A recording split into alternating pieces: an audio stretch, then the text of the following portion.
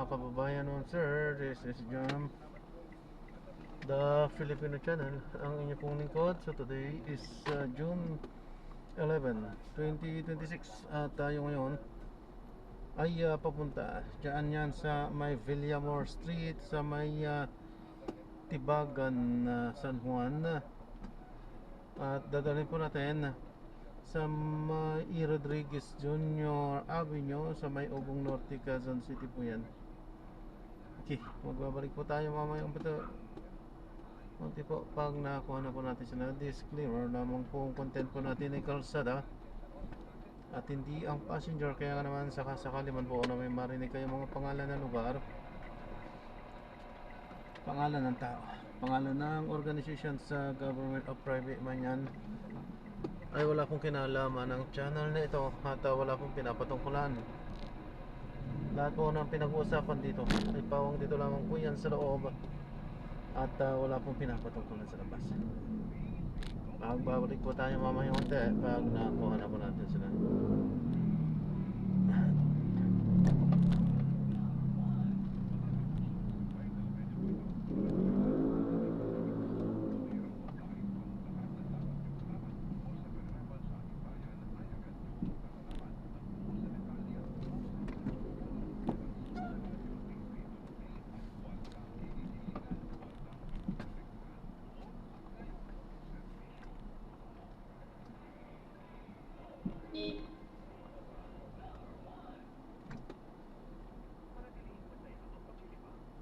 DLL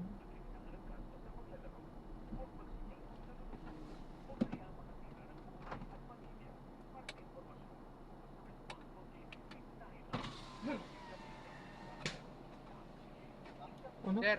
For DLL job? Ako, dito. Ano po yung sasakay mo? Ito, pressure washer lang.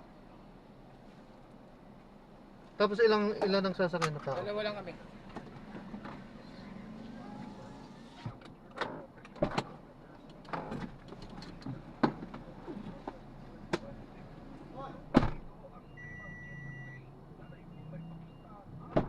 Ano lang boss, sandali lang naman tayo.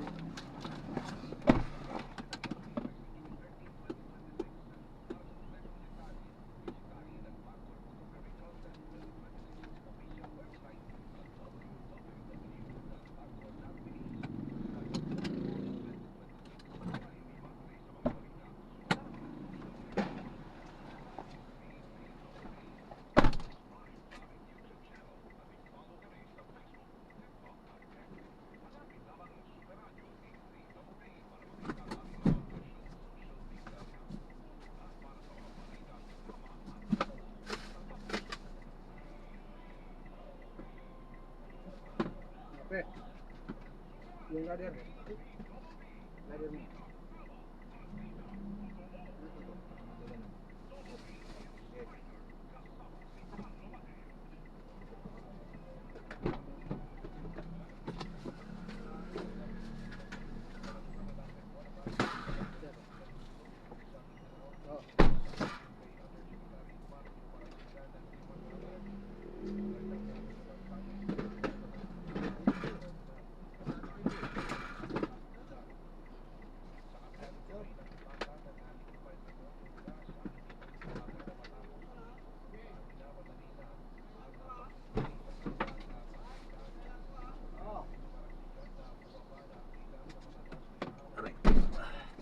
Milak, baka ma-perwisyo ka. Huwag mong milak. Ay, salamat.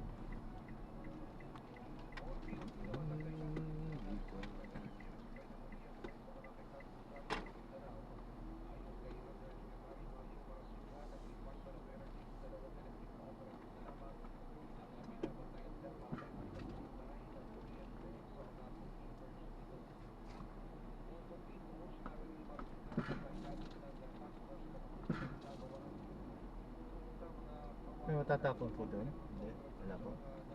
Puro ano po yan. Kumano lang po yung ano, yung pushcart. Pumapasok din sa timba.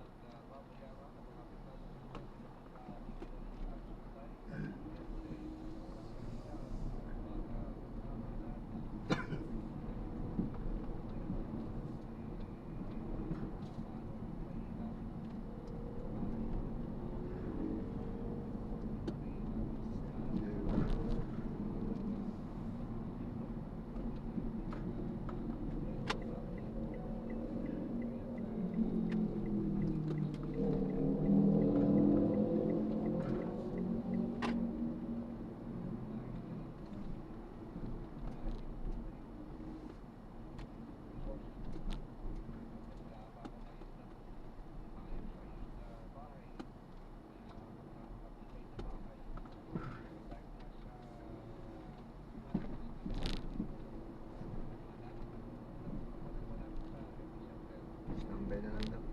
Ano yung charger? Tawag lang ha. Standby lang ako. Standby lang ako.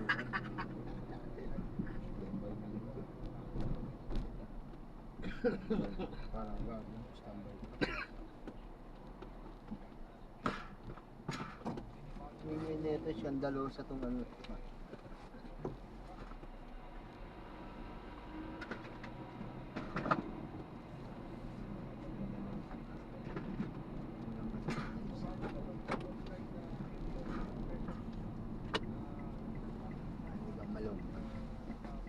Skandalosa ka eh.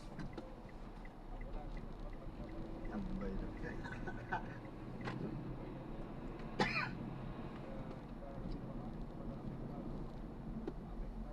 Natulog na kaya kayo ang dalawa ni Sir?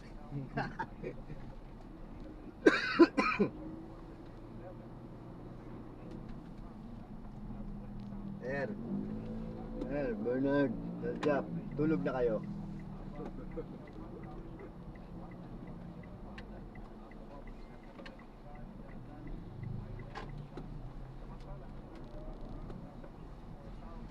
Shortcut yan, shortcut. Corazon de Jesus.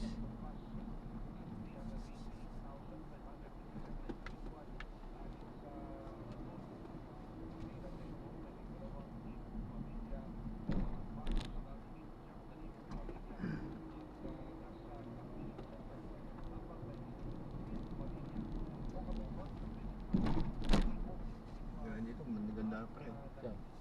Kasi buong bahay to dito. Magulo. Itong puno na to. Bahay pa yan dyan. Hanggang dito sa mga motor na to.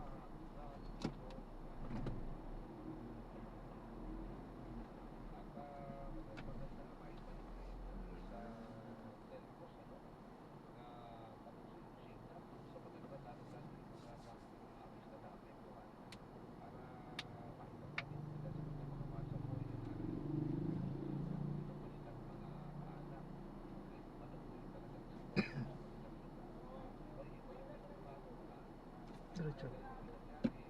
Ha? Sarado? Sarado? Ano meron? Sarado dyan? Sarado po yung daan dun sa pinandulo. Bakit may ginagawa? Ha? May ginagawa?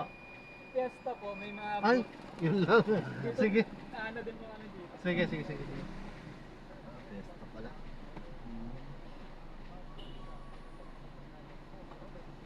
Fiesta ng Corazon. Ito lang.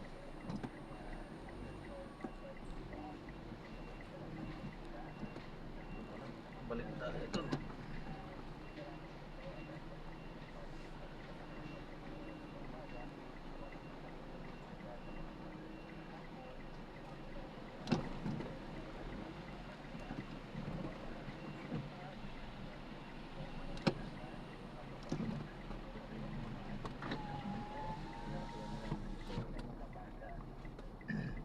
Tapos ka rin. Hindi ko na alam kung saan tayo Walang harang. mag-reroute naman na siguro to.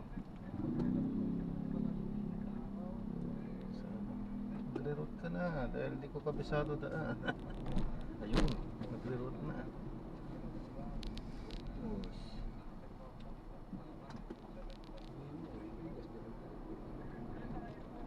Shortcut na sana dyan. yan, shortcut, Pasadena.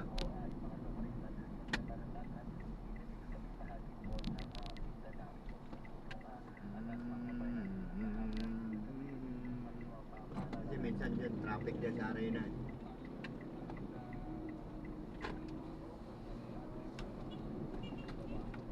May palabas. Opus. Opus. Opus. Ubong.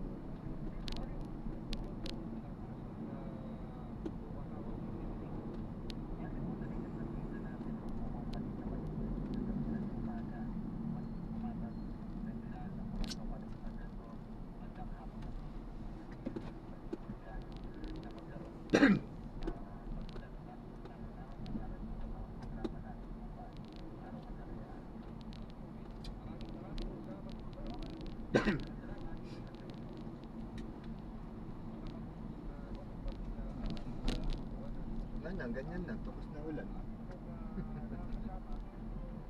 Okay lang, pinalamig ng konti. Kaysa mong init.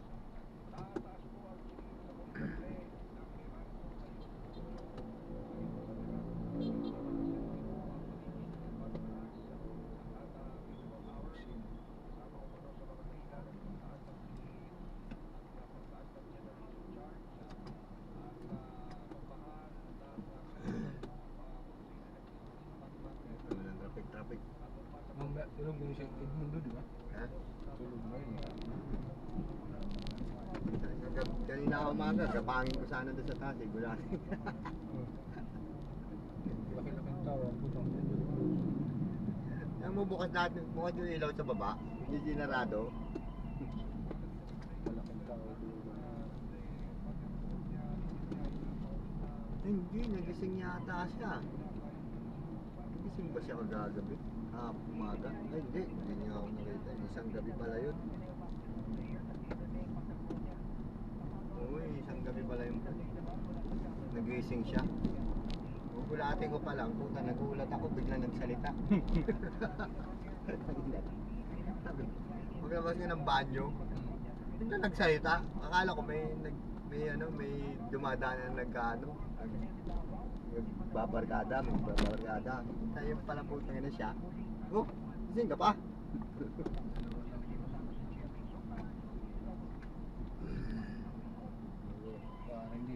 Para hindi ka na mabuhay.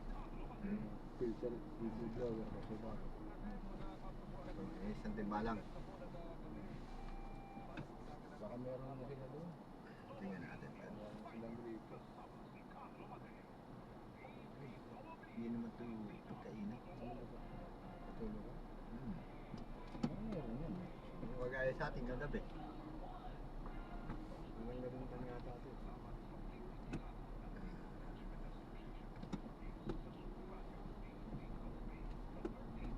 Yan, saan tayo lalabas? Sabi ka? Yan. Sabi yun ah. Open naman ah. Di tayo, meron kasing kalye doon. Dalawa kasing kalye dyan. Dalawang lilikuan, puro kaliwa. Eh dyan, di nila sakop.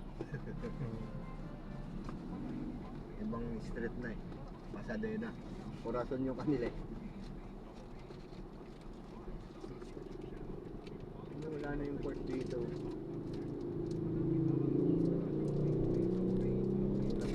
Ito dating malaking junk shop oh. Yan. Ayan yung meron na yan.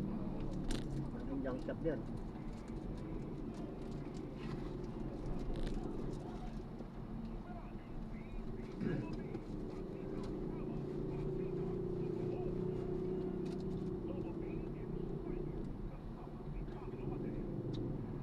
Ano naman yung kay Sir Wilson? Nilisa natin. Iwa yun. Iwa yun. Ano naman yun? Tiway sa tiway yun. Tulong niya yun. Sir Wilson. Tulong niya.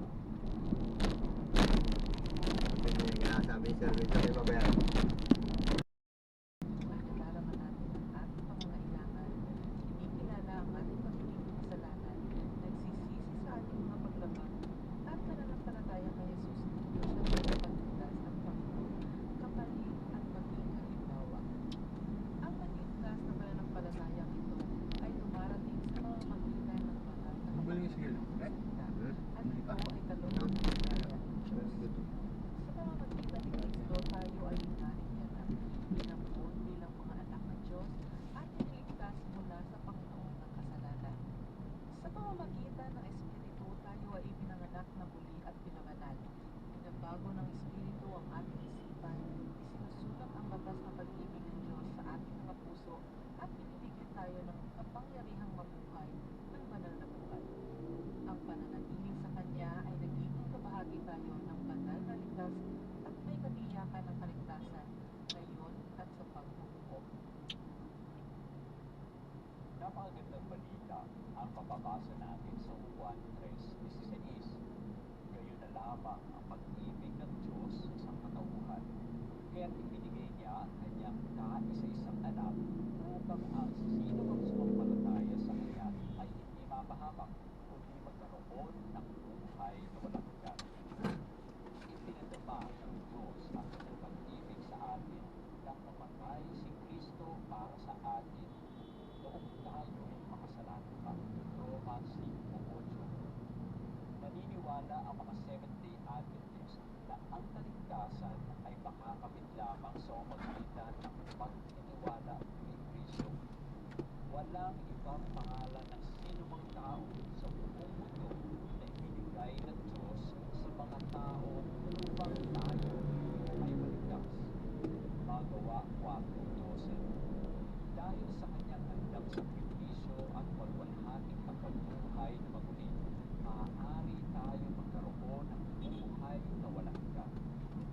Sa halamanan ng Eden, nilabag ni Adan at ni Eva ang tagubilin ng Diyos na huwag kainin ang bungang iyon, sapagkat sa araw na kainin mo iyon ay mamamatay ka. Genesis. Dahil dyan, pumasok ang kasalanan at nagsimulang mamatay ang mga tao. Naging makasarili, mapang-abuso at suwain. Sa Genesis 3:23, inalayas niya sa halamanan ng Eden ang tao upang magtungkal ng upang kanyang pinagmulan. Kung walang tagapagligtas, hindi na sana mabubuhay ang isang katauhan. Ang batas ng Diyos ay nilabag, kamatayan ang parusa dahil ang pag-iral ng masama ay hindi dapat pagpatuloy. Kung mismo sa halamanan, ipinangako ang Panginoon ang tagapagligtas ng kanyang dalan ang plano ng kaligtasan. Kanyang sinabi sa ahas, maglalagay ako sa iyo at sa babae ng pagkapot sa isa't isa at sa iyong binti at sa kanyang binti.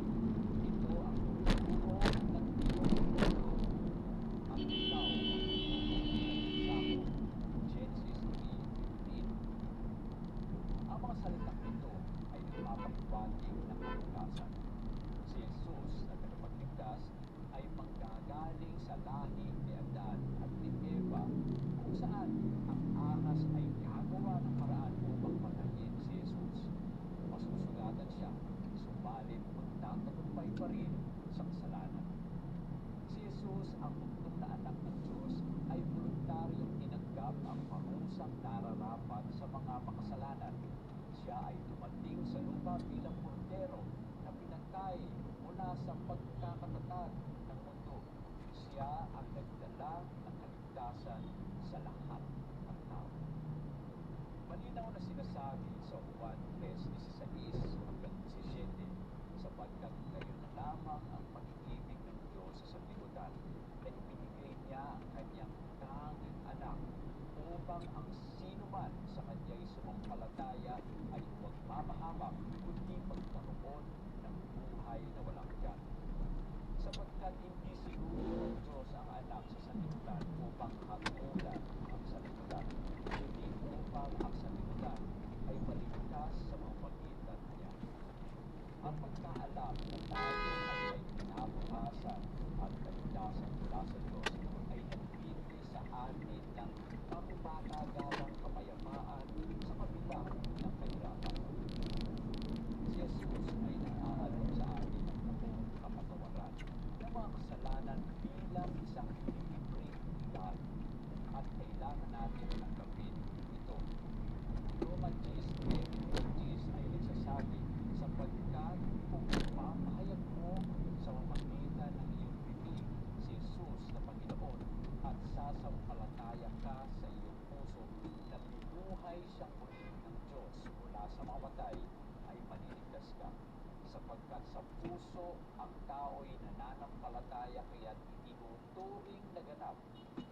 pamamagitan ng bibig ay nagpapahayag kaya naliligtas. Ipinaliliwanag sa dala na sa kaligtasan, kailangan ng naniniwalang puso at magpapahayag ng bibig ang pananampalataya kay Kristo. Ang walang salang buhay ni Jesus ang siyang mag-aaring ganap sa atin kung ating tatanggapin siya at ang kanyang sakripisyo sa krus upang babayaran ang ating mga pagkakasala. Ang nagtulak sa Diyos upang tayo ay iligtas ay ang kanyang pag-ibig sa bawat isa sa atin. Ang biyaya ng Diyos ay umaabot sa lahat. Ang bawat humihingi nito ay tumatanggap ng biyaya ng Diyos. Sa Efeso 2:8 ay mababasa, sapagkat sa biyaya kayo'y naligtas sa pamamagitan ng pananampalataya. At ito'y hindi sa pamamagitan ng iyong sarili, ito'y kaloob ng Diyos. Ang pag-ibig ng Diyos ay nag-uudyok sa atin ng gawa para sa kaligtasan ng lahat ng tao. Hindi siya titigil para bigyan ng lahat ng pangalawang pangangakot na yakapin siya na nagbabayad sala ng sanlibutan. Ang ating gawain ay simple, ngunit hindi nangangahulugan na ito ay madali. Upang matanggap ang kaloob ng Diyos, dapat unahin siya sa lahat ng mga bagay. Kinakailangan na tayo ay totoo spiritual na naaayon sa kanyang kalooban at bukas sa pagbabago ng banal na Espiritu sa ating puso.